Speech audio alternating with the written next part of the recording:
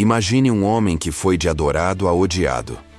Um imperador que começou sendo aclamado pelo povo romano, mas que, com o tempo, se tornaria o símbolo máximo do poder corrompido, da insanidade no trono e da decadência de um império. Seu nome era Calígula. E sua história, repleta de exageros, crueldade e mistério, parece saída de um roteiro de filme, mas aconteceu de verdade. Neste vídeo, vamos te levar para dentro do coração do Império Romano, onde a linha entre o poder absoluto e a loucura total foi ultrapassada por um jovem que, ao assumir o trono, se transformaria em um dos imperadores mais temidos e controversos da história. Prepare-se para conhecer os mínimos detalhes dessa figura que até hoje intriga historiadores. Desde seu nascimento em meio à glória militar, passando por sua inesperada ascensão ao trono, até seu reinado de excessos e um fim tão brutal quanto sua vida. Se você acha que já viu histórias chocantes, espere até conhecer Calígula.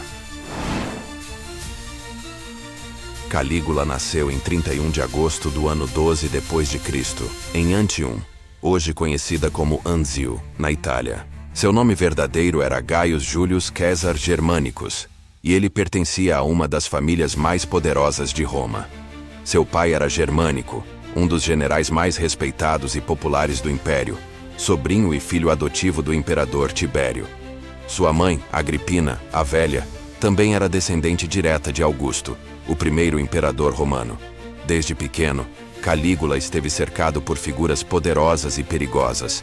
Durante as campanhas militares do pai na Germânia, o pequeno Gaius acompanhava o exército vestido com uma miniatura da armadura dos soldados, incluindo as sandálias militares chamadas Caligae. Foi assim que ganhou o apelido de Calígula, que significa botinha. Apesar do apelido carinhoso, ele odiava ser chamado assim quando adulto. Mas a infância que parecia promissora, marcada por glória e amor popular, foi rapidamente manchada por tragédias políticas. A morte de seu pai, Germânico, em 19 d.C., durante uma missão no Oriente, foi um divisor de águas. Muitos suspeitaram que Tibério, o imperador, estava envolvido no envenenamento do general, temendo sua popularidade crescente. Após a morte de Germânico, a vida da família de Calígula virou um pesadelo. Sua mãe, Agripina, passou a ser perseguida. Seus irmãos foram presos e mortos, acusados de conspiração. Em poucos anos, Calígula viu sua família ser destruída por intrigas políticas e traições. Mas, ironicamente, o próprio Tibério o acolheu e levou para viver na ilha de Capri, onde o velho imperador se isolava e comandava Roma à distância. Foi ali que o jovem Calígula viveu anos observando a decadência moral e psicológica de Tibério, participando de banquetes sombrios e conhecendo os jogos de poder. Era o ambiente perfeito para moldar uma mente disposta a tudo para sobreviver. Calígula aprendeu cedo que, em Roma, o poder era um jogo de vida ou morte. Em março de 37 d.C., o velho Tibério finalmente morreu, em circunstâncias suspeitas. Alguns relatos dizem que Calígula participou ativamente da sua morte, talvez sufocando-o com um travesseiro. Verdade ou não, o caminho estava livre. Com apenas 24 anos, Calígula foi aclamado imperador com o apoio maciço do povo, do Senado e da Guarda Pretoriana. A princípio, seu reinado foi visto como uma nova era para Roma. Ele era jovem, carismático, descendente direto de Augusto, e tinha o apoio popular que Tibério havia perdido. As primeiras ações de Calígula foram bem vistas. Ele libertou prisioneiros políticos, trouxe de volta exilados, aumentou jogos públicos e distribuiu dinheiro para os cidadãos. Roma festejava. Era como se, após anos de tirania silenciosa de Tibério, uma luz tivesse surgido. Mas essa esperança duraria pouco. Algo mudou drasticamente em Calígula, poucos meses após sua ascensão. E muitos acreditam que a loucura começaria a se manifestar de forma irreversível. Em outubro de 37 d.C., Calígula adoeceu gravemente. Ninguém sabe exatamente o que ele teve, mas muitos historiadores acreditam que esse episódio marcou o início de sua instabilidade mental. Quando se recuperou, já não era o mesmo. Ele passou a se comportar de forma errática, paranoica e cruel. Começaram as execuções arbitrárias, os jogos mentais com senadores e oficiais, e a exibição constante de poder absoluto. Calígula se via como um deus em carne e osso. Mandou construir estátuas suas em templos e exigia que os cidadãos o adorassem. Certa vez, planejou nomear seu cavalo Incitatus como cônsul de Roma, símbolo máximo de sua zombaria ao Senado. Seus banquetes eram extravagantes e bizarros, com alimentos banhados em ouro e danças macabras. Ele também explorava financeiramente o império, cobrando impostos absurdos e promovendo confiscos para manter sua vida de luxo. A população, antes encantada, começava a temer. E o império, aos poucos, mergulhava no caos. Além da política, a vida pessoal de Calígula era marcada por escândalos.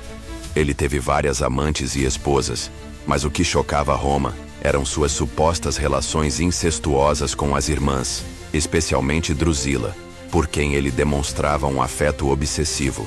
Quando ela morreu, em 38 d.C., Calígula ficou devastado e mandou declarar luto oficial em Roma, como se ela fosse uma deusa.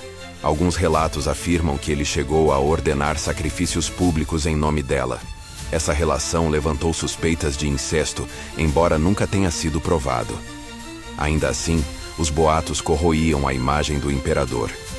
Calígula também se casou e divorciou com extrema rapidez, frequentemente sequestrando mulheres casadas para satisfazer seus desejos.